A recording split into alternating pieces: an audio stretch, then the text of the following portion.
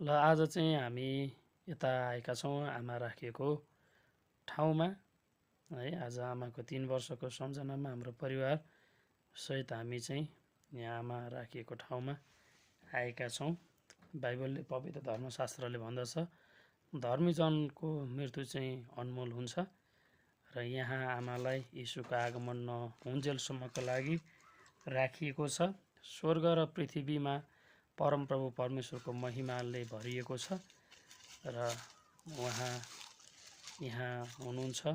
हाम्री आमा जो येशू ख्रीष्ट महिमामा आउनुहुनेछ बादलमा, तबसम्मको लागि यहाँ राखिएको छ र जब येशू आउनुहुन्छ तब उहाँलाई चिहानले फिर्ता गर्ने पवित्र धर्मशास्त्र बाइबलले प्रतिज्ञा गरिएको छ। सुति गएकाहरू को चाहिँ हामीले सम्झना गर्नुपर्छ है। सुति गएका जो प्रभुमा हामीलाई बाटो तयारी गर्नुभयो, उहाँहरूले ठुलो हाम्रो लागि योगदान, पवित्र चर्चको निम्ति, विश्वासको निम्ति कदमहरू बढाउनु भयो, हामीले याद गर्नुपर्छ। धेरै धन्यवाद। जय मसीह। नमस्कार।